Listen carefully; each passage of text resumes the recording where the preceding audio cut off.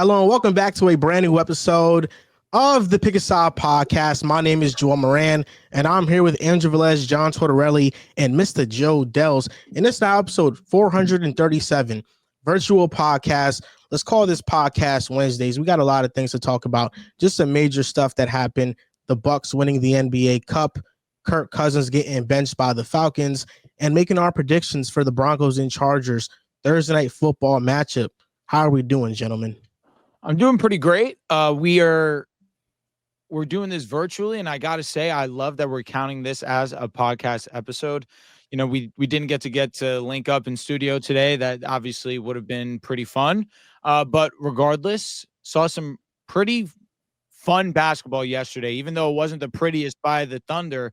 I thought that it was a pretty interesting game to watch. And then, of course, understanding Kirk Cousins and Venera. It kind of sucks because I think Kirk Cousins, we've all grown to love him, but, you know, it is what it is. He didn't look great, but I think it's going to be fun to talk about. Doing good. Happy birthday to our brother, Drew. Big day today, December 18th. I got to say, I've been enjoying, I can't wait for Riv to get back. I love having Riv on the podcast, one of my best friends, but I also enjoy watching his Instagram stories, man. This guy is such a damn character. When he gets on a cruise and he gets a couple margaritas in him, you don't know what he's going to post. You don't know what he's going to tweet. It's like 2 a.m. and he's talking about Moran's defense. I'm like, what are we doing here, Riv? But I'm doing good, man. It's been a good day. Likewise. Happy birthday to Drew. I kind of stamped that. Riv's IG is a must follow. And happy to be here, man. Taking a quick break in the podcast to talk to you guys about PrizePicks. They are a proud sponsor of the Pick a Side podcast. If you want to support the podcast, support PrizePicks. Use code PAS, play $5 and get $50. We have Thursday night football plays for the Broncos versus Chargers. Thursday night football matchup. Drew, what are you going with? I'm going with less than 230 yards for Justin Herbert. Over these last 3 games, he's failed to eclipse that number. Last time he hit that was against the Cincinnati Bengals. Broncos are in Cincinnati. We're one of the best defenses in the league, one of the best pass defenses in the league. And the difference is we got Pat Surtain now back. He wasn't playing against the Chargers. That's why Herbert was able to go for over 200. It'll be a different story this time. He's going to have less than 230. I've got more than 64.5 receiving yards for Cortland Sutton. I feel a big day coming. Last week was a quiet game versus the Colts, but in their first matchup, hit 4 for 53 with the TUD against the Chargers. I expect him to have a big day against the Chargers here.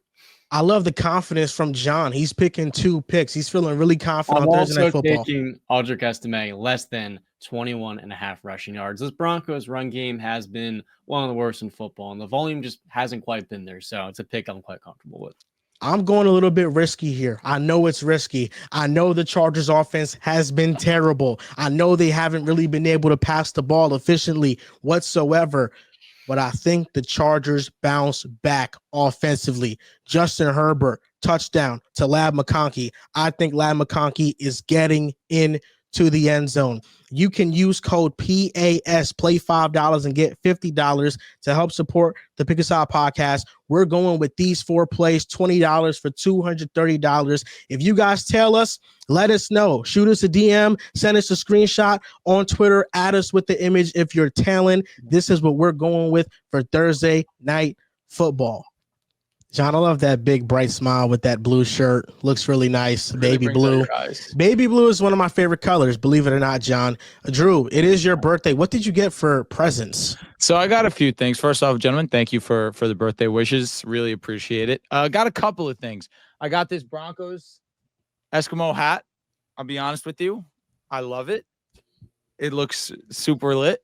I'm going to wear this, especially when things get cold, but doesn't really fit the vibe right now. Got a Broncos fleece over. It's like, like a Snuggie type situation. That was pretty cool. Got a softball bat. I was hype about that. Softball bag. That was extremely lit. My brother got me a Derrick Henry jersey, and he's real as hell for that because Derrick Henry, obviously, love him. Everybody knows that Derrick Henry is one of my favorite running backs, but I have his Tennessee jersey.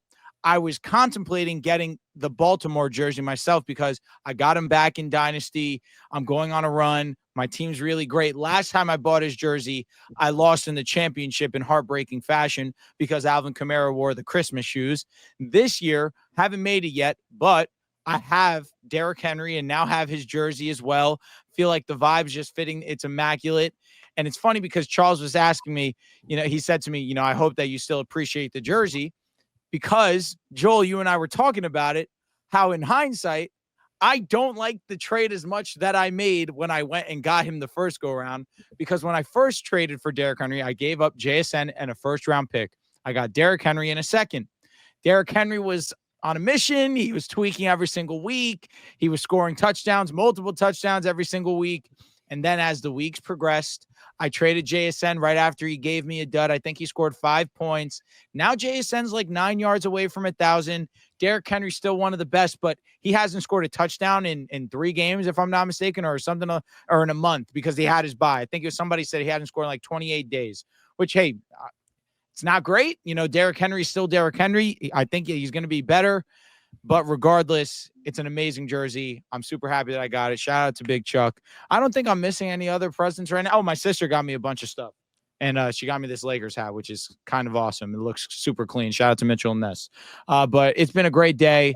A lot of great birthday wishes. Shout out to you guys for sending me some love. Last thing I'll say, because I also got one last gift that was actually really cool. It's from a supporter of the show. Shout out to Jerry Espresso. Remember how we were talking about coffee on the podcast? Yeah. And then it just cut off. Yeah. As I'm talking about black coffee. And he caught a glimpse of that conversation and was like, man, I was really interested in hearing about the coffee conversation. You were talking about how you like black coffee. My brother actually has his own coffee company. Would love to send you some. So he sent me a care package, actually got here today on my birthday. So it was kind of written in the stars.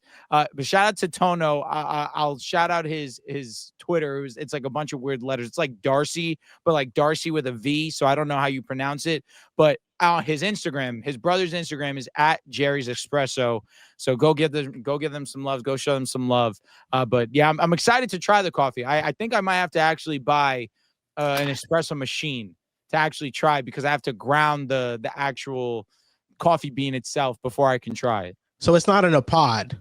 No, it's an actual bag of coffee beans that you have to grate or you have to grind and make into coffee. Oh, wow. Oh, no, you got to buy an expensive machine for that. So the type of coffee beans he gave me too was like the classic Colombian. Yeah. There's this caramel coffee that he gave me as well. A mango one, which I'm super intrigued at the idea. I don't know if I'm going to like it, but I'm intrigued, and I'm blanking on what the last one was. But the mango one sticks out because have you ever heard of mango in your coffee? I haven't. I don't feel like the flavors would clash, though. When I think about mango and coffee, I've tasted black coffee before. I've tasted mangoes before. I'm just tasting how that would be fusioned, and I don't think it'd be that bad. I'm interested to see how it tastes, because obviously it's mostly going to be coffee, but I wonder if it's going to be just naturally sweet because of the mango. I will report back with my findings. I'm super interested. All right. So again, shout out to Jerry's Espresso. Shout out to Tono. Really cool of him to send me over some coffee. I was having a great time listening to the coffee conversation as well, and it sucked when it cut off because I was learning some more things. I feel like you're the person to taste test these coffees, knowing that you drink black coffee. It's not tainted with any creamers or nothing like that. You're reporting it, and you have a tongue for it, as I should say. Damn right. This tongue goes to work. I tried Jimmy Butler's coffee, for anybody that's interested. Really? The Big Face brand. Yeah, it was pretty shitty. I'm not going to lie. No. Yeah. I didn't like it that much. Maybe it was just a bad flavor I got, but I kind of tasted it and I said, okay, I understand why he didn't win the finals. Not just once, but twice. Twice failed to get there. No, but I like the branding. It's like Big Face brand. It's a smiley face. The branding is A+. It's the reason why I even bought it. They send you like 4 cans and it costs like $28. And I'm talking about like 4, they're like Coke minis. You ever giant seen tins. Coke minis? Yes. Oh, minis. They're not even giant tins. They're like the lower size of Red Bulls, like the small sizes of Red Bulls. And it was like $28 for 4. I'm like, what the hell? You're charging $6 for each of these? Really? $6 plus. So no, I'm not gonna get it again. It wasn't that bad. Do you still have it or no? I actually have one in my fridge. I don't know if coffee expires or not. So maybe you can try it. I don't know. We can look at the label. Wait, so it's already made coffee? Yeah. It's already made coffee. Jesus Christ, you got fleeced. No, yeah, it was pretty terrible. I was just for the experience, for the aesthetic. You know how Instagram recommends you like brands and ads and stuff. You know, I clicked it. It was an impulse, and I regretted it. But we have a lot to talk about, fellas. Just some main storylines. I feel like the thing that was in my head the most today was just that the Bucks won the NBA Cup. One thing I have a critique with the NBA, NBA Cup stats are not accessible. I don't know why. Playing tournament stats are not accessible. We're supposed to care about this stuff, but we can't access none of the stats. But we all saw the game. Giannis and the Bucks beat OKC.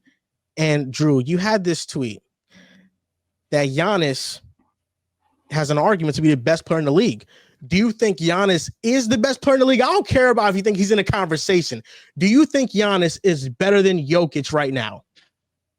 Now, I love that you're starting this topic off with this because I was talking to my brother Charles and I said, man, this is the best worded tweet that I possibly could have sent out. If you go ahead and you read it, the tweet says, if you don't have Giannis Antetokounmpo in the conversation for best in the world, then I can't talk to you about basketball. Simply stating, you can have Jokic as the best player in the world. But if I go to you and say, you know what, I can hear where you're coming from, but I think Giannis at minimum has a seat at that table to be in that conversation, and you come to me and tell me, no, that's ridiculous, that is an idiotic statement, then we're done having that conversation. Because I do believe right now that Jokic is still the best player in the world. However, when you look at what Giannis Antetokounmpo provides on the basketball court, there are certain things that Jokic does that Giannis can't do. The playmaking, as great of a playmaker as I think Giannis is, Jokic is a top 3 playmaker considering everything that he is physically, obviously what he brings to you as his size, his strength, the ability to be 7 feet and initiate an offense is insane. And to do it at that level, playmaking, I think it's very obvious Jokic has it. But on the defensive side, there is so many things that Giannis can do that Jokic cannot even dream of. And I feel like that's where this strong disconnect is with people because they really care about offense, which makes sense. The goal is to put the ball in the hoop, but it's not as if Giannis isn't one of the most dominant scorers that this league's ever seen.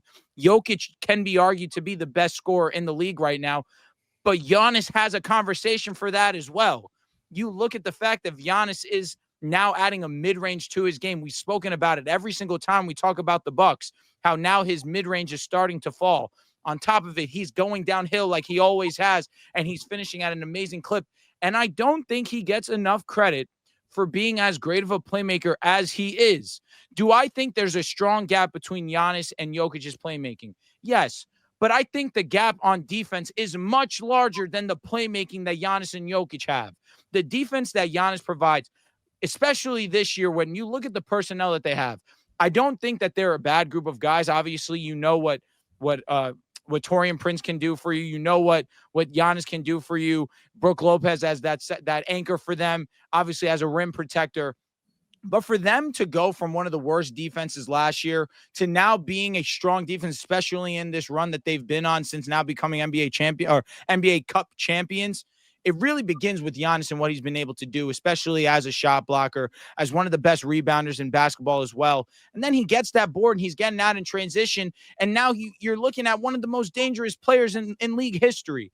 So again, I do believe Jokic is the best player in the league. His offense is simply at a different level. But again, I still firmly believe you need to respect Giannis. It's a beautiful game that he plays. It's no more of this run and dunk nonsense. And he's still an elite defensive player. I love this little finagling that Drew did. It was like, la, la, la. Very political. Yes, I love the answer. But I know you explained how you worded the tweet. I'm asking you a direct question. And I answered. I said Jokic is the best in the world. But if you were to come and tell me Giannis is the best player in the league, he's got an argument. So you know what Drew did? One of those that says he doesn't have an argument, I don't want to hear you. You know what Drew did? Drew, all the Giannis fans, he made his tweet very compatible with all the Giannis fans. He's basically telling all the Giannis fans, Giannis is the best player in the world without getting the Jokic fans angry without triggering them. I didn't get a tweet from Drew Swiper did. Cam. I knew I worded my tweet right when Swiper If Cam you don't get a didn't tweet from respond to me. Swiper Cam and you're talking even the slightest possibly maybe negative about Denver or Jokic, John, though, you're our Jokic guy here. You're our Denver Nuggets guy here. What do you think about that? I think it's a dynamic conversation because Giannis this year is having arguably his best offensive season, right? Drew's touched on it. He's shooting the best ever in his career from mid-range at 44%. And even on long twos at 46%. He leads the league in scoring. And I think you touched on an important note that Giannis is an elite level playmaker. What he can do off the low block, out of transition, opening up, generating threes for his teammates is something that has propelled this Bucks team to being top 3 this year in three-point shooting without Chris Middleton. You look at AJ Green off the bench, and of course Taurean Prince, who's been shooting a league high 51%. And there's no doubt in my mind Giannis is the second best player in the world to me, but I do think we overestimate Giannis as a defender because he's not the same level that he was in 2019 and 2020 and on the floor. This year, opponents are shooting 7% better at the rim, which ranks pretty poorly in terms of like league percentile. It's like bottom 5%. And then you look at what Brook Lopez brings in the end. I do think that we tend to overestimate what Giannis is currently on the defensive end. But on the offensive side, I think he's starting to make up for that more and more because there is no blemish for him on that side of the ball. And quite frankly, yesterday we saw it. I wasn't too surprised that they won the game, and I kind of wish I went out and I had the Bucks as that upset pick. But to see them in the third quarter take over with their three-point shooting off the bench, Dame having an efficient game, making 5 threes, then Giannis, of course, on the glass, 19 rebounds, kind of just taking control of the game with no Chet Holmgren in this matchup. It really was a testament that Giannis can take this team into any environment and beat a contender in a 7-game series. Now, does he have the high enough supporting cast to do that for an entire playoff run, to go on a meaningful championship run? I don't think so. But yesterday was a good example that Giannis is still clearly a superstar that really you have to game plan against. And it's been nice to see the Bucks kind of, I guess you could say, quiet turnaround here at 14-11. They moved Dehls. Dehls, your move now. Oh, I'm moved. Yeah, I mean, listen, the Bucks, for where they started off at the beginning of the season, I remember having the conversation about the Bucks and the 76ers. Which team is more likely to turn around? I think all of us said, well, the 76ers aren't healthy, right? Embiid's out. Paul George is out. Maxey missed some time. So if any of these teams, if either of these teams are going to turn around, it's more likely to be Philly because they don't have their guys. And in reality, even though Philly has still been battling injuries, it really has been Milwaukee. And of course, Giannis has been sensational. Dame has been, more consistent this year for sure than he was last year. I think second year Milwaukee has been a big plus to him, just getting more acclimated there. But also just defensively, their perimeter defense is better than I expected. I think having Andre Jackson in the starting lineup is a big plus. And having AJ Green out there too is one of the better perimeter defenders that they had. And he's been a great three-point shooter as well, we've highlighted in the past. So having those two guys out there when you have Brook Lopez and Giannis, protecting the rim, even though his numbers might not be great, I still think Giannis is a pretty impactful defender. We saw him have a couple of blocks. Well, he had one block on Caruso. He had another almost block on Isaiah Hartenstein that he tried to pass out of.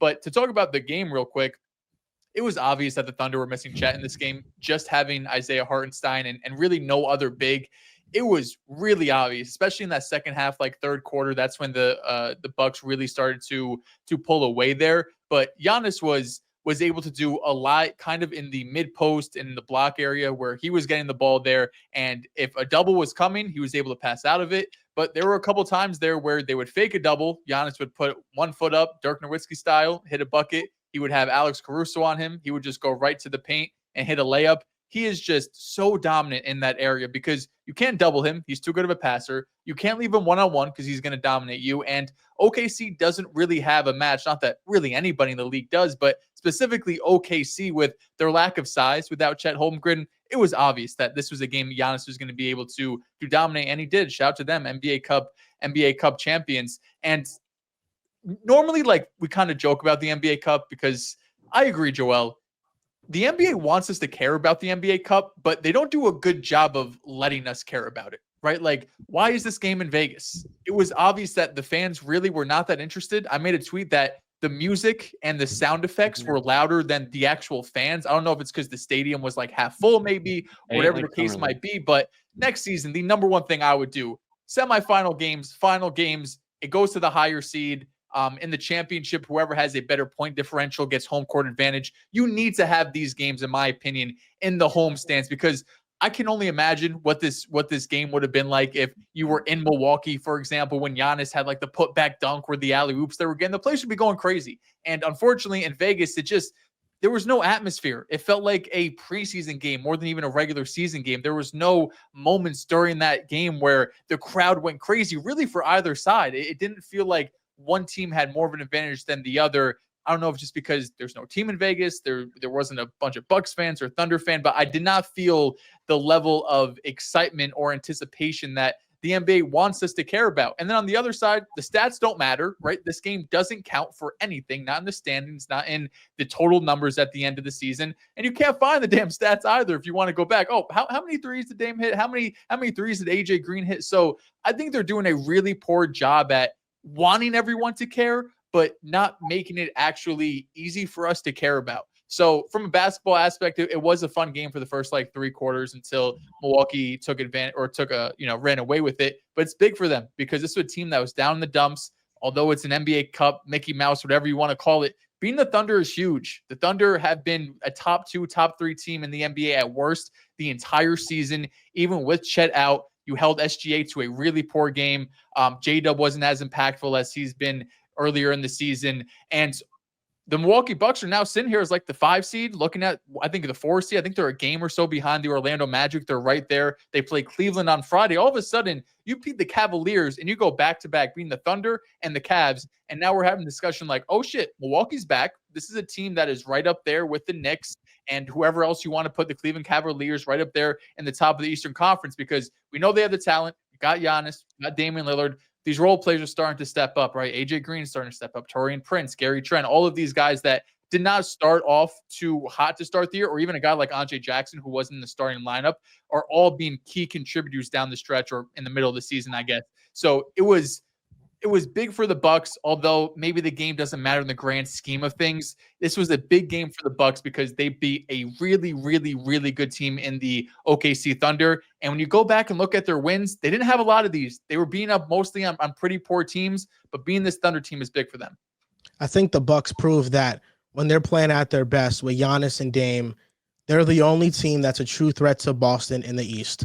There's no other team that you can go and say can beat Boston in a 7-game series, even if they play their absolute best. The Knicks have too many weaknesses on defense with their rim protection and Cat. Mitchell Robinson can negate some of those concerns when he comes back, but the perimeter defense with Mikal Bridges and his screen navigation, that's falling off. They can't contain pick and roll ball handlers right now. The Cleveland Cavaliers, I really like them as a team, but you need a second scorer to step up. Can Garland be consistent throughout a playoff run? That's a question mark.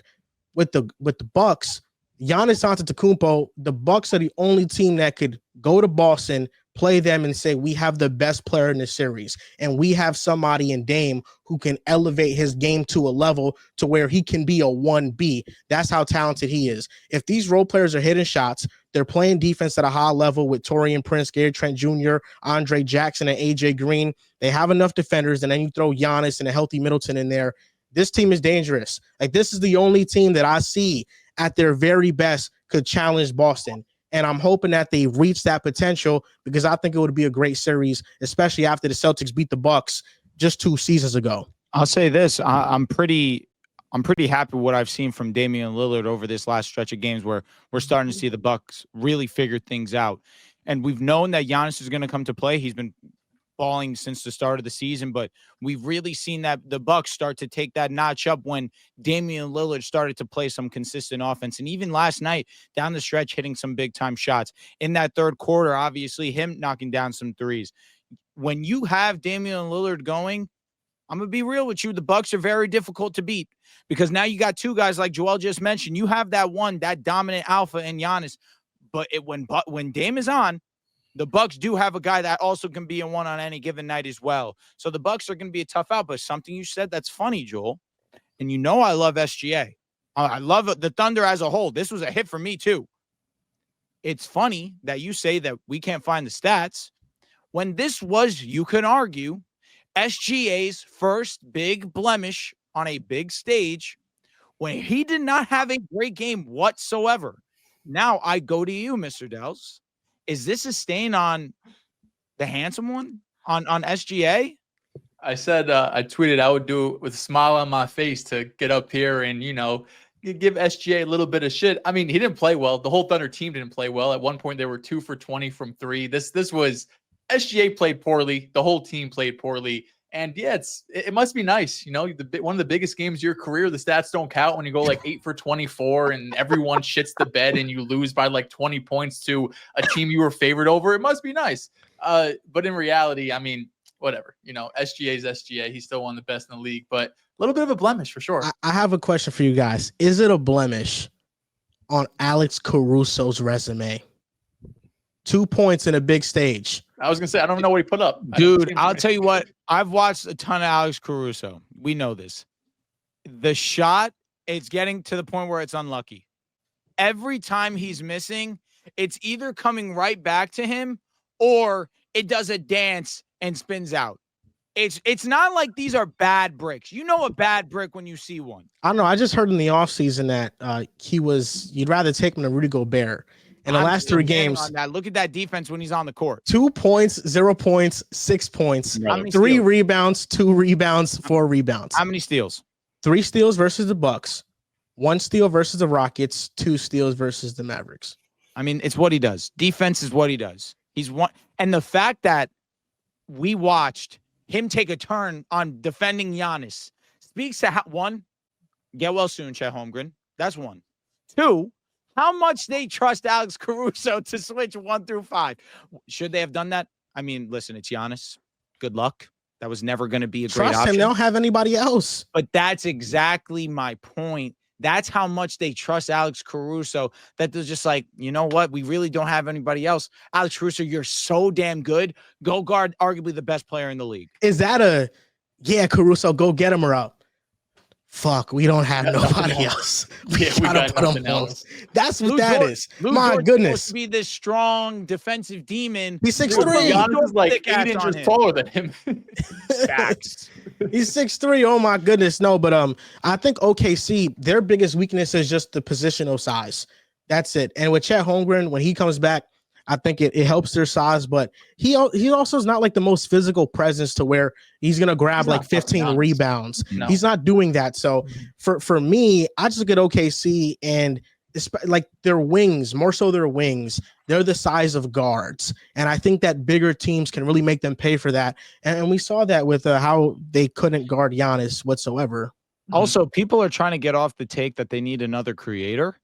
To me, that may be a little nonsense. They had a bad night. Like Joel mentioned, this was one of their worst shooting nights that we've seen from this core of the Thunder. It was just a really bad game for them. You trust SGA, and I will still say I trust J-Dub in these situations. For a great portion of the season, we've seen SGA we know he's an elite isolation player, but we've also seen J-Dub really shine in those moments so far this year. I'm not going to allow one horrific game from basically the entire team to manipulate my idea of what the Thunder are and who J-Dub and SGA are. We trust SGA. We know that. But I know a lot of people's faith is wavering, especially after the series versus the Mavericks in the postseason.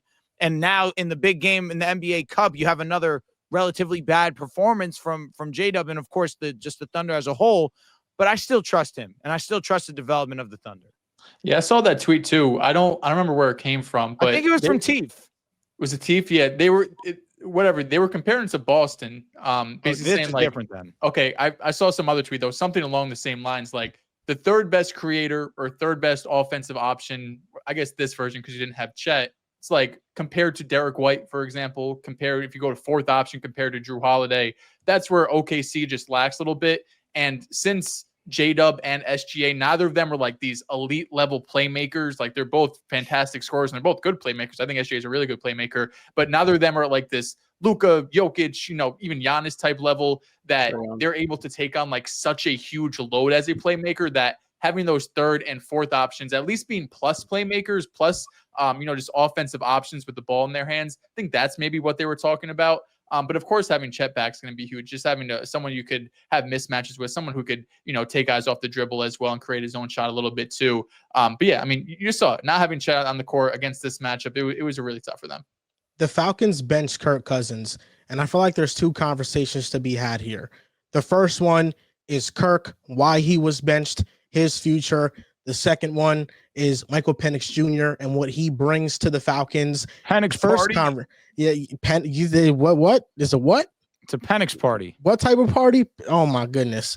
That's gonna be a name that there's gonna be a lot of wordplay on that one. It's gonna be a lot of wordplay. Spell check absolutely needed for Michael Penix's name. I've been caught a couple times. I've had to, rewrite it a little bit. Can't send the tweet out just yet.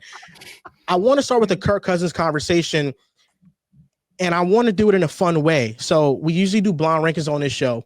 This blind ranking isn't trying to trick you. This is quarterback needy teams for Kirk Cousins, and I'm not going to be like first name up, the Chiefs. I'm not going to be one of those, teams that don't need a quarterback. They are not one of the teams that I will name. So just keep that in mind. Blind ranking Kirk Cousins landing spots.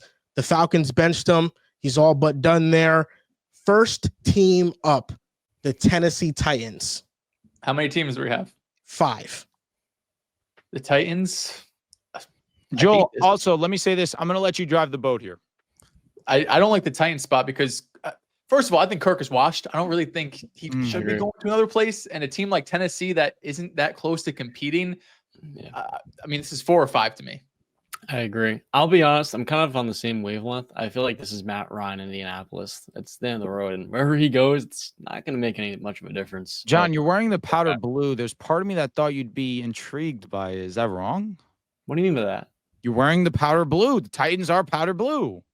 Oh, no. That has nothing to do with it. I do like the Titans running game. I like what they're building on the offensive line and the defense. But, yeah, I don't think Kirk Cousins would make much of a difference. This is 5. 3-1 team right now. Are we going with 4 or are we going with 5? 5. Hate this. 4. Next name, the Cleveland Browns. Joel, let me also say this. I'm going to allow you to drive the boat, so you're going to talk last from here on out. Okay.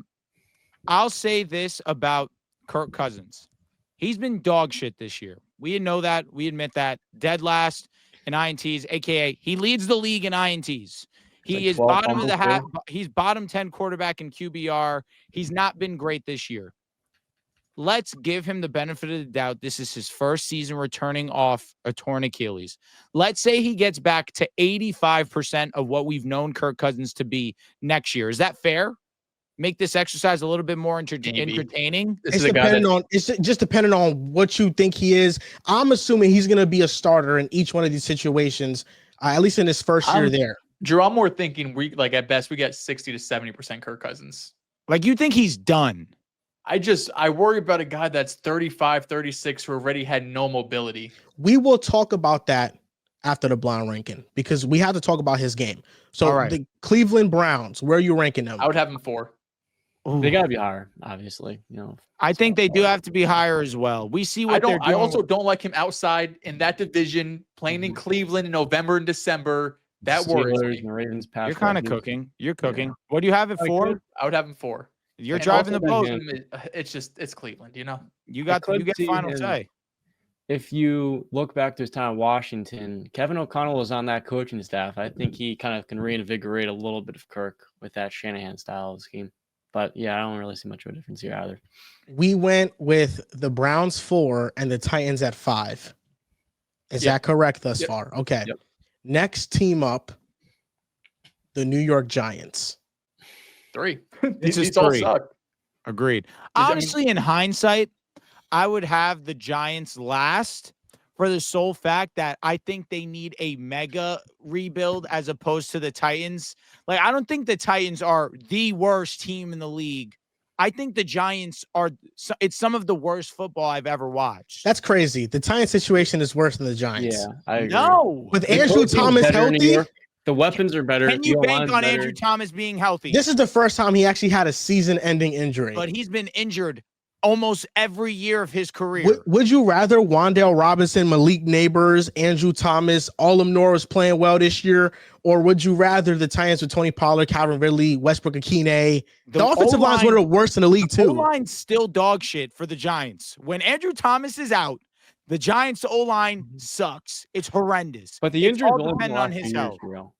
But I get what you're saying. 4 years, he wasn't Malik really Neighbors hurt is huge. It's huge. Obviously, having him makes this a fair conversation. I'm fine with it. The Brian Dable thing, too. Dehls, I think you should move him higher because Kirk is a 1-year rental, a bridge quarterback in that situation. I think it's one of the better spots he's going to give us. Where do you want to put him, John? 2? I'll You're put him driving the boat, not me. Even the fact that the Giants are at 3 is too high. Yeah, but he's giving us all non-playoff teams. I love that we're doing this in reverse order. It's like they have an alpha wide receiver in the making. They have an alpha wide receiver in the making, and if Dable's still there, they have a good offensive line. John, look where he's got in Atlanta right now. He's got Drake London and Mooney and Bijan. Like he's got so many weapons. I see it. I'm well aware. So is this 3? This is 3. I can't put that 2. No. Next team up, the Las Vegas Raiders. 2. 1. I'm honestly thinking the Jets could be the here. Jets are going to be 1. I agree. Because I do think, ironically as it is, the Jets would be the best situation out of all of these. So I put the Raiders at 2. The last team is the New York Jets. They're number 1. Yeah. So this wasn't a blind ranking. This was just like listing teams 5, 4, 3, 2, 1. No, because it's just all of these teams need so much more than just Kirk Cousins, and not even like Kirk Cousins from prime Minnesota. This is Kirk Cousins coming off a torn Achilles, looking like one of the worst quarterbacks in football. I don't want him in any of these situations. So now in saying that, let's talk about Kirk Cousins. You're so adamant that he's washed, Dehls. And if history has taught me anything in the last couple of seasons, it is that maybe we do need to give quarterbacks the benefit of the doubt for where they are playing. Sam Darnold revitalizes his career with the Vikings. Russell Wilson goes from the Broncos to the Steelers, and he's playing some good football. Baker Mayfield, we thought was dead in the water, and now he's playing amazing football with the Buccaneers. Kirk Cousins, I don't think he's great. I don't think he's washed. I still think he's a good quarterback, and I think that injury is affecting him more than we think, because if you look at the play type that Kirk loves doing the most is play action. That's what he is. A play action quarterback. You got to have a good run game. You got to throw shots down the field or in the intermediate areas. This season, 13.6% of his dropbacks are in play action. Last year, before he got hurt, he was in a conversation for MVP numbers wise before he got hurt. And 31.1% of his dropbacks were in play action. That's a big difference. And that's going to hinder his level of play. Now, my question is, are the Falcons not running play action because that's Zach Robinson's offense? I doubt it, because he comes from the Sean McVay tree and that's their bread and butter. Or is it because right now Kirk feels uncomfortable moving around? I think that's the more likely scenario. And I could see a year from now that mobility becoming better for him, because right now a lot of his throws are all arm throws. He's really not stepping up into them. And when you already have limited arm talent, if you're throwing without your base, those footballs are going to die on you. And also, I just think this is kind of like the death of pocket passers, because when you're a pocket passer, there's so much to account in each given play. You have to usually get the ball out within 2.5 seconds. You have to have the offensive line protect well, routes develop down the field. And once those 2.5 seconds are up, you're already getting pressure in your face. And if you're a statue in the pocket, you cannot escape that. And I think that's something that just Kirk being your quarterback in general, that's something that OCs have had to deal with. But I do feel like Kirk, this is not his best. And I do think that in another situation, he'd be more motivated. I know Atlanta's super talented, but I think the offense right now isn't doing him much favors. It's tough for me to see it, because Kirk Cousins right now is 36 years old. He's going to be 37 before week 1 of next year. And Joel, while you're right, Sam Darnold, Baker Mayfield, Bryce Young, even, you can make the argument that we as analysts, whatever you want to call us, fans, typically write guys off too soon, right? Especially they have a bad couple of years. We label them as bust and all of this. And I think that's fair. This situation is different to me. This is a 36-year-old quarterback coming off a torn Achilles. Even at Kirk Cousins' prime, right? Like you said it, MVP last season. Is anyone putting Kirk Cousins in top 10 conversations, like legitimately thinking he's a top 10 quarterback in the NFL? I think for the most part, we had him as like 12th, 13th best quarterback for a majority of his career. When he was at his peak, he was always in that conversation. I feel like him and Dak were kind of, in that tier of like 10 to 14 for most of their prime years. But now we're talking about him a couple years removed from that. Going to next year, we're talking about, 2 to 3 years removed from that. So if his peak was already like the 12th best quarterback, and now he's multiple years older, coming off a torn Achilles, what's the best he's going to be? The 18th, 19th, 20th best quarterback at his absolute best? That's a major upgrade, though, from like Mason Rudolph. Go to that makes you think somewhere's going to be perfect. Like, I think Kirk would be way better than Deshaun Watson and Jameis Winston in Cleveland. I know Jameis has those highs, but his turnovers are just major problems. I think he's a major upgrade over Tommy DeVito and what the Giants have going on. I think he's a major upgrade over Mason Rudolph, Will Levis. If Aaron Rodgers decides to just randomly retire, the Jets have no option. He's not an upgrade over Rodgers. He's not an upgrade over Rodgers, but he's an upgrade over anybody else on the market besides Sam Darnold. Him and Tyrod Taylor, I don't know. What? I really think that's close. Joel, why are you saying that? Because I've watched Kirk Cousins play football this year. This year has not been good. Obviously, no one's going to sit here and lie to you and tell you he has been. But you're not going to give him the benefit of the doubt that he's just not himself this year? I agree. If you're telling me Kirk Cousins is going to the Minnesota Vikings next year with Jettas and Addison and Evan, oh, yes, I am back in. But yeah, if he goes to the Cleveland Browns in that division where he's playing outside November, December, I'm scared. If he's going to the New York Giants, the first-time play caller and one weapon on offense, I'm scared. That's my gripe. Tyrod Taylor was my gripe because I still think Kirk is better than Tyrod Taylor. Now, I talked about the play calling. When watching a film on this game, I charted all the times that Kirk Cousins threw on first down. He had one drop back on first down. One drop back, the easiest down to throw on. He only had one drop back. Like, I know the weapons are really good, and that's why I'm interested to see Michael Penix play, because I want to see if this is a Zach Robinson is just not an under center play action type of coordinator, or if he just thought that Kirk couldn't do it, because Michael Penix Jr. had the most dropbacks in an FBS in play action. So if they're not running play action under center with Michael Penix Jr., then I think that it's just Zach Robinson's offense. But Kirk, like, even with, I just feel like, he hasn't been good. This has been a down year. I don't think the offense has done him any favors, but I also think there's clear limitations. But even with the limitations, he's better than Tyrod Taylor. Even with those limitations. Maybe. That was a nuts statement, Joel. Tyrod Taylor is a Tyrod was backup. So decent for the Giants last year. So decent.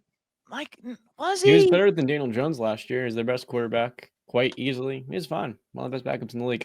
When he had Andrew Thomas playing left tackle for him. Yes, he's better than Deshaun. He's better than Tommy DeVito, Mason Rudolph, like some of the worst quarterbacks in the NFL. He would definitely be an upgrade over. But it's hard for me to imagine him being better than like the 20th best quarterback in the NFL. In the first half of the season, I did see that maybe Kirk could get back to that top half of the league quarterback territory. But watching him play football the last 6 weeks, to piggyback off Dell's point, unless he goes back to Minnesota, which is arguably the most quarterback-friendly offense in the entire NFL, I don't see him ever really again reaching that threshold. Where last year he was incredibly productive in that system. You had the perfect infrastructure for a quarterback who kind of is confined and limited to a certain style of play. And to build off of that point before, when we talk about Sam Darnold and Russell Wilson, those guys didn't have those career-altering lower body injuries to now where you watch Kirk Cousins in those limited drop back opportunities, in those passing situations, the velocity off his passes are not there because his lower body doesn't seem to be something he's either not trusting or the power is simply not there from the leg drive. So I have a hard time really seeing him play with the same effectiveness in that confined pocket passing role. So to me, I look at him as kind of a bridge quarterback, a flyer for a team who wants to draft a quarterback and have him sit the first 8 to 10 weeks. But to look at Kirk Cousins, Yes. someone who I think can win you maybe a division, I think that's quite unlikely, especially with some of those teams listed before, because there's so much quarterback talent right now. There's nobody saying that Kirk is a franchise quarterback. Anywhere he goes, he's a bridge quarterback for a year. If he goes to the Giants, it's because they drafted Shador, Cam Ward, and they want him to mentor them for like a year, and then that's it. It's no different than the situation Russell Wilson is. Russell Wilson is in. I don't think anybody's looking at Russell Wilson and realistically saying this is a quarterback option for the next 2 seasons. He's a year-to-year quarterback. Okay. Kirk Cousins at this point of his career, I think after this failed Atlanta stint, he's a year-to-year quarterback. I'm looking at Tyrod's numbers from last year. I'm looking at Kirk Cousins' numbers from this year. Yeah. I got Tyrod with more big-time throws, a higher big-time throw rate, a lower turnover-worthy percentage, a basically identical passer rating. He is far more mobile. It's not that crazy. I don't think it's too crazy either. Joel, you've seen Aaron Rodgers. You've seen him play these last month, 5 weeks compared to where he was the first 4 to 5 weeks of the season. He looks like a different quarterback. He looks a lot better. He's 4 years older, 3 years older than Kirk Cousins. Kirk has thrown 1 touchdown the last 6 games. Like, he's been bad. He's been awful. I'm not saying that Kirk hasn't been awful. I know that he has been awful. I understand that. I just need some more data points. I need to see how Michael Penix comes in and runs this offense. If he runs it at a very high level, it's a huge indictment on Kirk Cousins. But if he runs it and it looks sloppy, maybe Kirk wasn't the biggest problem in all of this. Yeah, I don't disagree, because I thought just in general, the way I only caught kind of glimpses of that Falcons and Raiders game, but even in the second half, they were playing not to lose. Like, they were super, super, super conservative play calling, running consistently, not really taking any shots down the field. And I get it. It's the Raiders. You're trying to win a game and get out of there and make sure no weird shit happens. And even still, it came down to the last play of the game. But it felt like more than anything just a coaching, play calling decision. Like, we're going to take this out of Kirk's hands. We're going to try to win. What was it? 12-6, 12-9, however the score ended up being, and just get out of here. We're not going to let this get interceptions or sacks and make this go sideways. Yeah. Listen, I understand that. Kirk had 112 yards, 1 touchdown, and 1 interception. Like, he didn't contribute much to this game outside of throwing to a wide open Drake London on a double move on the corner. And he was like wide open, but like, Kirk was 3 for 11 on third downs. He was terrible on third downs. But I do think the injury is affecting him in a major way. I will also say I am extremely excited to watch Michael Penix in his debut versus the Giants. I mean, truthfully, is there a better game for you to make your debut against one of the bottom feeders? I'm already going in with the mindset, spoiler, I'm taking the Falcons to win this game, but I'm super excited to see if they actually allow him, one, to, like Joel mentioned, drop back in play action, air the ball out to Mooney and or Drake London. You know, Drake London's still the alpha there. But I saw someone mention this, and it's the truth. This is Kyle Pitts' last chance. This is literally it. If you don't have success with Penix, it's time to move on. You don't even think about it. In this game versus the Giants are actually sneakily very good versus the tight end. So I will give them I'll give him the benefit of the doubt if he doesn't have a great or a good game in this one. But we need to see some level of connection with him. I'm really excited to see how this pass offense looks. I'm excited to see if they'll get Bijan involved in the passing game as well. Obviously, we know that he is one of the better receiving backs, even though he's not as utilized in that fashion as maybe we think that he possibly should be. But Bijan's been great, but I'm excited to see how this pass offense looks against a very depleted New York Giants team. If there was ever a chance for his debut to go at an A+ level to justify the number 8 overall pick, it is this Sunday versus the Giants, but I'm super excited to see him ball out.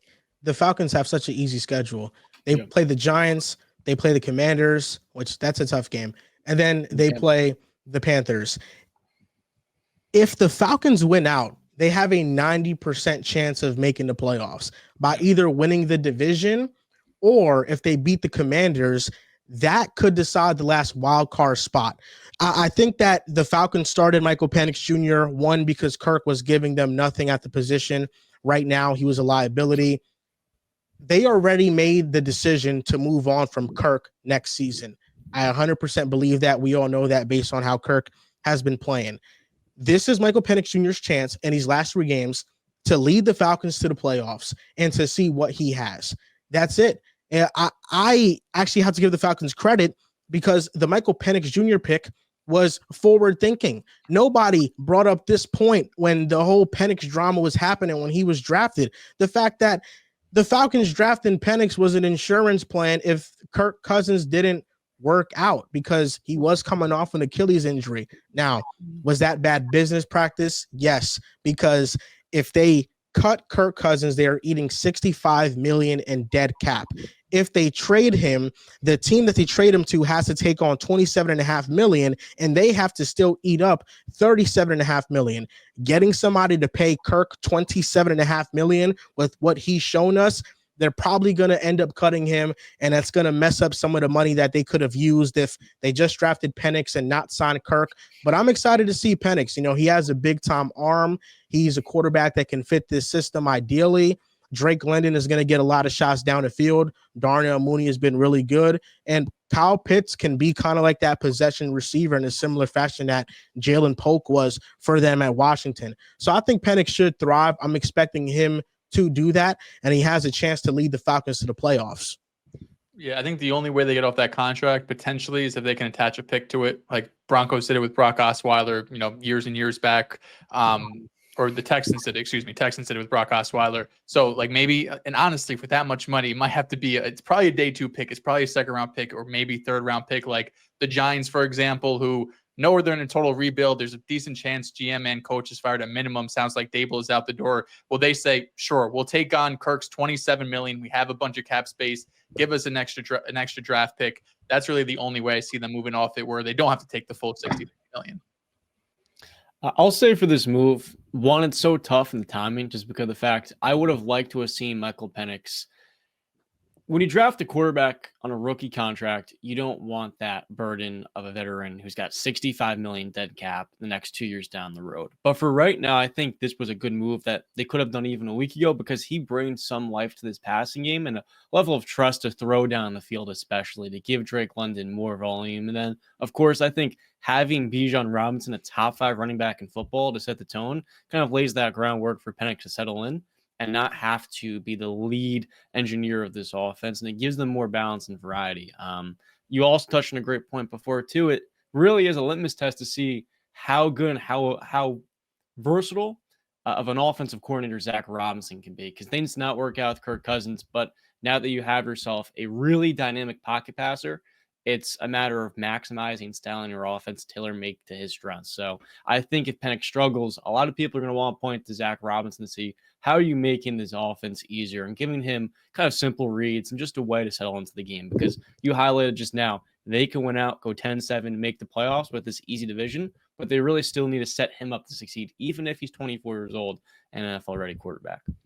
Now, I have a question for you guys. Drake London might be the main beneficiary of this connection, and I feel like with how he's played, he's a really tough receiver for me to rank because I really love all the tools that he brings to the table. So I'm gonna name you some wide receivers. You tell me if you think Drake London is better than them. This is basically a would you rather Drake London edition. So would you rather Drake London edition? First name up George Pickens. George Pickens. Ooh, this is I'm close. gonna take Drake.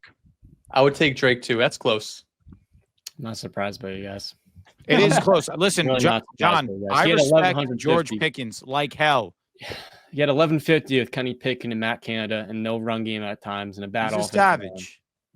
He's better than Drake London's a big Drake play runs that machine too, Desmond dude. Ritter and shit. He So is. George Pickens to me is even better after the catch, and he has better jump ball skills at that size. George Pickens is the best goal ball receiver in the NFL right now. I'm with that. But I don't know if George Pickens can work the intermediate area of the field like Drake London can. We've seen him get better in that area coming off torn ACL. Not Drake London good. Drake London Okay, is but more Drake- elusive in that area. Is George Pickens a better go ball receiver than Jamar? George Pickens is as good as anybody at goal balls. Agreed. But even me asking, that shows how great George Pickens is at it. AJ Brown, Jamar are the two names you get to be. I'm with you. But I think, Drake London's a better route runner, And better Nico. pure route runner in the short to intermediate. But what George Pickens brings, his strengths as a jump ball winner and the yak ability, I think that is clearly more defining who's the better receiver. Are they in different tiers, John, or same tier? Why are we doing this? I'm just wondering because I think it's close. Like you say Pickens, I'm cool with it, but you seem pissed off for taking London. I think they're in the same tier, but it should easily be Pickens to me. Easily is crazy. How are they in the same tier, but it should easily be Pickens? It's like, let me put it to you this way. It's like AJ Brown and maybe Tyreek Hill or Puka Nacua. They're in the same tier, but you know it's AJ Brown. All right, we won't do this for every single player, but this one just because, of course, you know, you have a crush on Pickens, and understandably so. He's on your favorite team. This season, George Pickens has about 20 less targets than Drake London. Obviously, Drake London's going to have more receptions. He has 23 more. George Pickens has 850 yards to Drake London's 919, so he's very efficient with his opportunity. He has 31 catches of 20-plus yards. Drake London only has 8. Drake London has 7 touchdowns. George Pickens has 3. Yeah.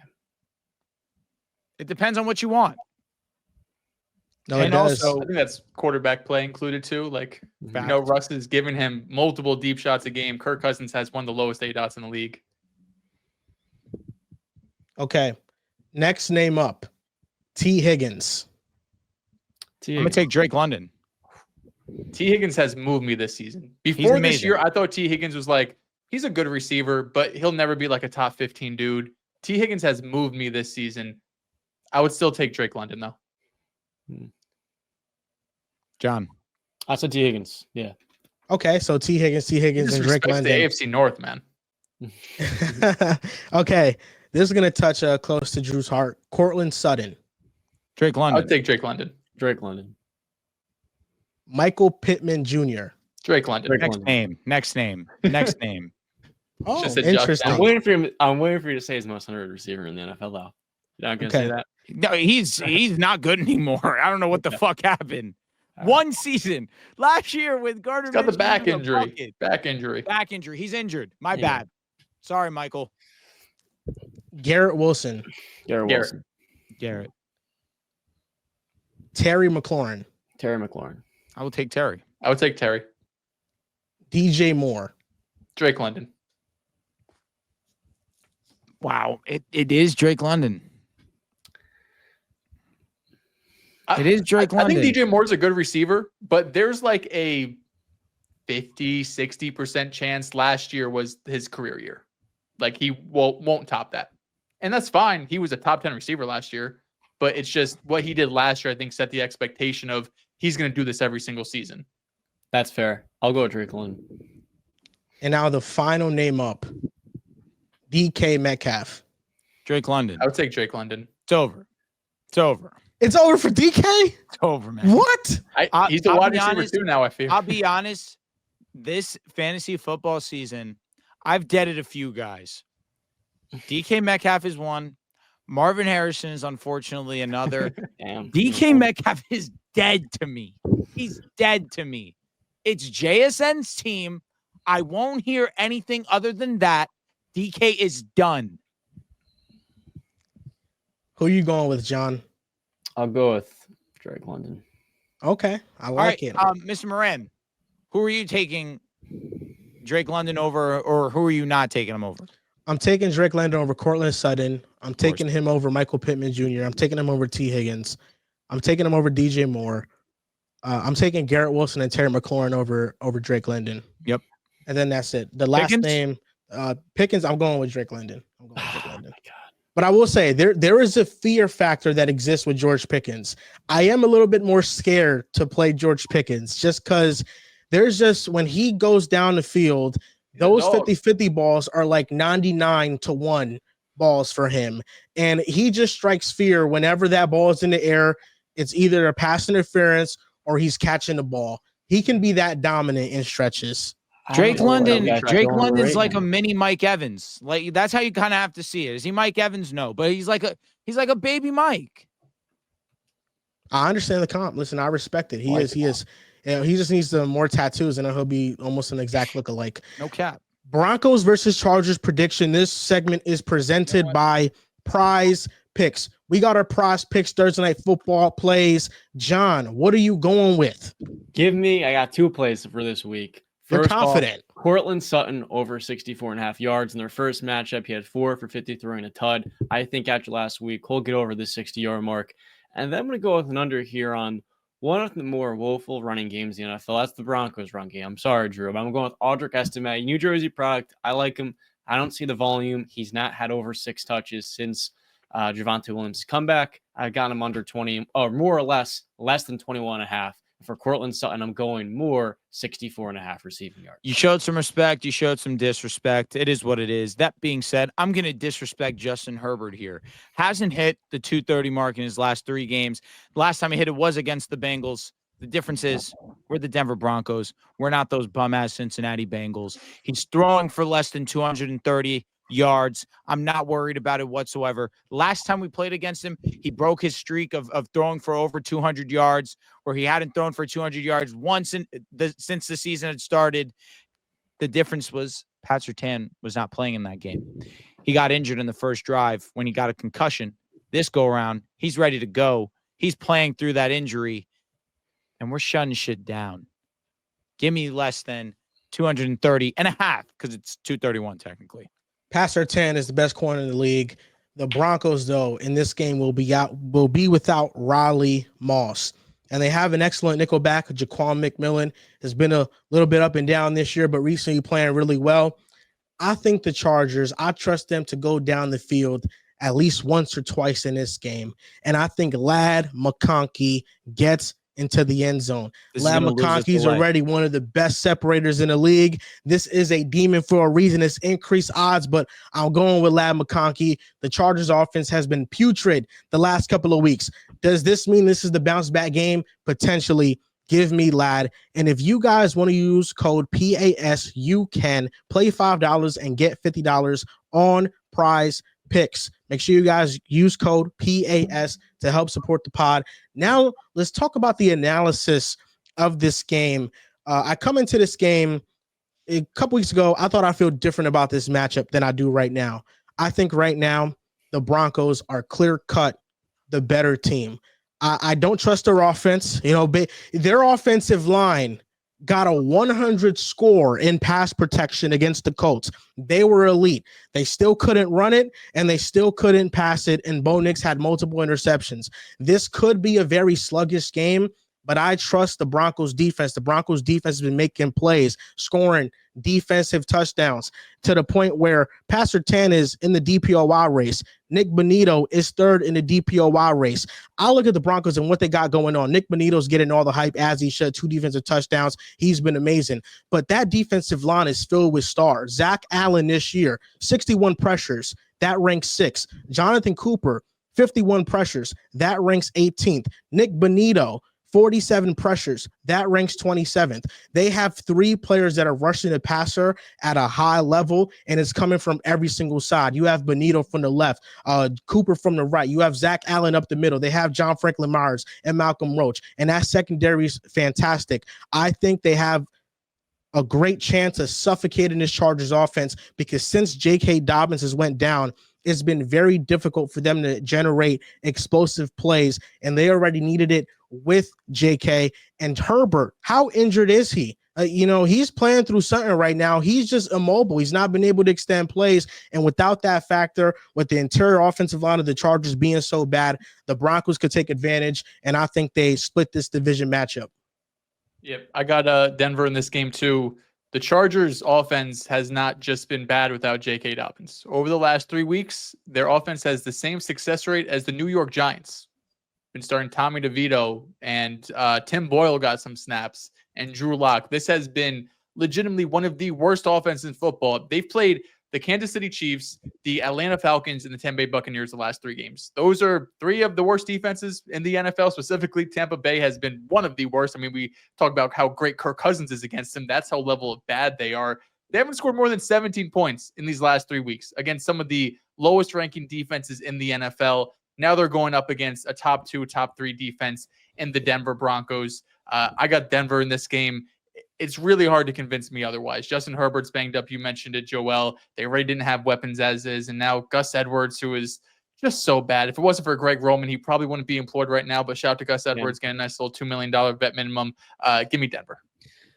Sure, you want me to take it? I'll take it. I really have been disappointed with the Chargers the last couple of weeks, and it's been because J.K. Dobbins is on IR. Without him, this offense just can't really move the ball effectively. Last week, 0 of 8 on money downs, and versus the Falcons, 3 of 11. In that first matchup in Week 6, we saw J.K. Dobbins have nearly 100 yards, and that helped them in those key spots, keep the chains moving. But in this matchup, I have more faith in Bo Nix playing a cleaner game, cleaner than last week. I don't think the Chargers offense is going to move the ball well enough, and then like you guys highlighted, I just look at that Chargers offense right now. There's really only one weapon. After Ladd McConkey, there's no one that you can consistently count on.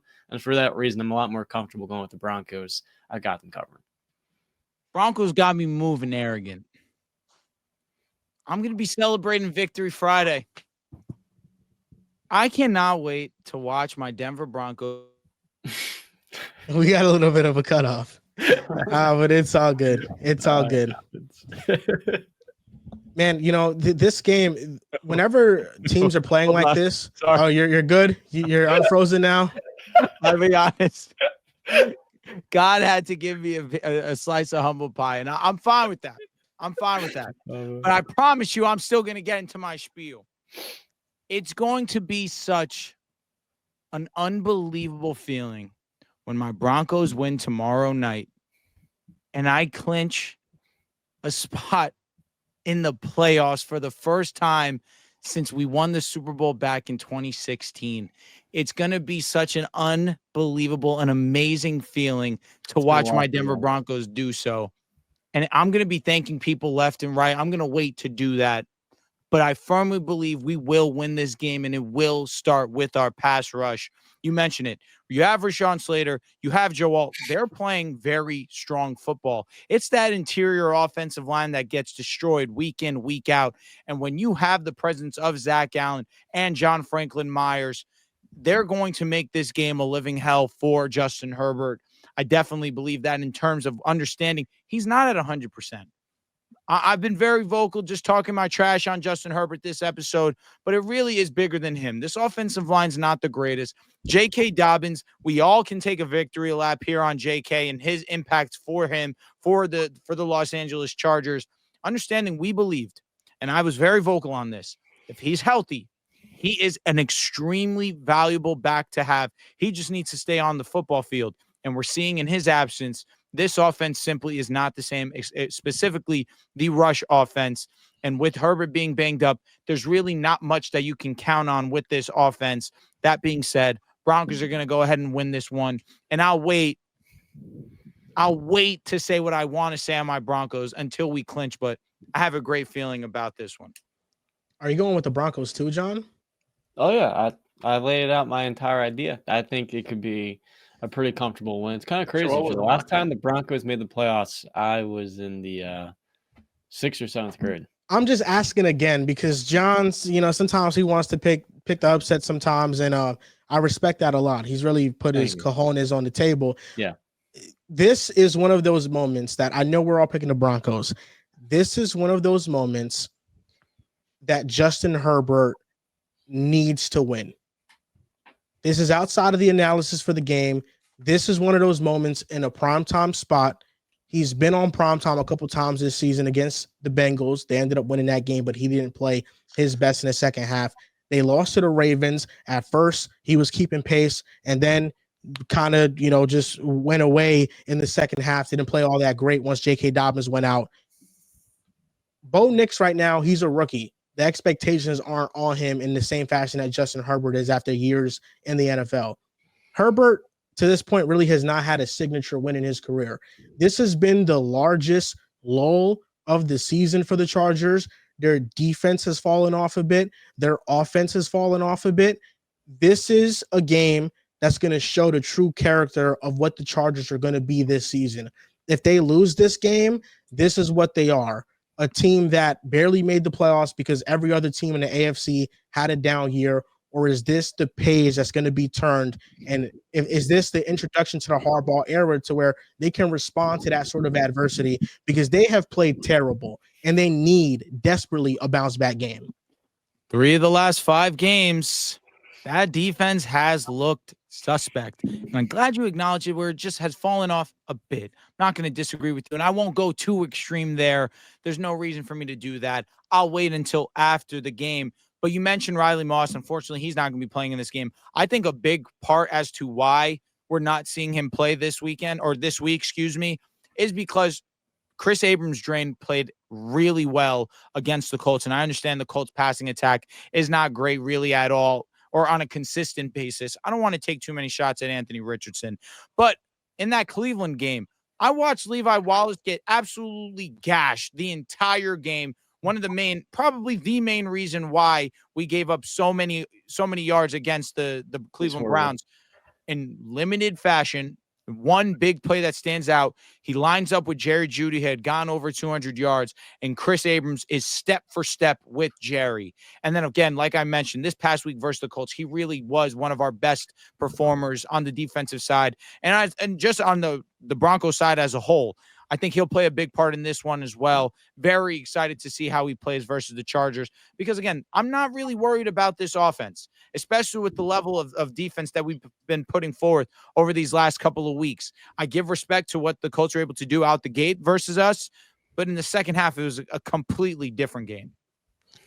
I think what they need to do is the Chargers, they just need to run the ball well, and they haven't done that. I think this is one of those games that they need to see if their offensive line can push around the Broncos defensive line a little bit. I think the Broncos have a great pass rush. When we talk about their run defense, their defenders are a little bit on the lighter side. Like Nick Bonito is like a 250-pound edge rusher. Usually guys like that are like 270. So there's a little bit, he's a lighter edge rusher, and that's what makes him such a great pass rusher is because he's so fast around the edge. But that's the same thing applies for Jonathan Cooper. Like this defensive line is a little bit on the lighter side. So if Joe Alt being 6'8" and 300 pounds with Rashawn Slater, if they can push around those edge rushers a little bit, I think they can maybe find some success on the outside. But this is a bounce back spot for the Chargers. Like they need to show what they're made of. And Justin Herbert is unfortunate. He's dealing with so many injuries, but he has to play well. He cannot play like he's been playing. And in the first half, he played well against the Tampa Bay Buccaneers, but in the second half, things just fell off the wheels, and you just can't have that against the Broncos. Do you know what Gus Edwards' longest rush is this season? It's probably 8 yards. 11 yards? 8 yards? Close. 6. 12 9? yards. 12 yards. Damn, I was 12 close. yards is Gus Edwards' longest rush this year. No, yeah, it's unfortunate. That's why Velez getting snaps. That's why Dehls is getting snaps. He hasn't been good. Quarter. Like he was getting more burn than he had in the past, but I mean, they're cooked. No, yeah, they just, Gus Edwards is like a goal line back, but if you can't get there, he's kind of useless. So that's the unfortunate truth. Now, this is going to do it for this episode of the Pick a Side podcast. We're going to record again this Friday. It's going to be mostly NBA centric along with NFL pick on week 16. Thank you guys for listening. You guys can follow us on Twitter at Pick a Side Pod, on Instagram and TikTok at Pick a Side Podcast. Make sure you guys like the video, subscribe to the channel, and we'll see you guys next time.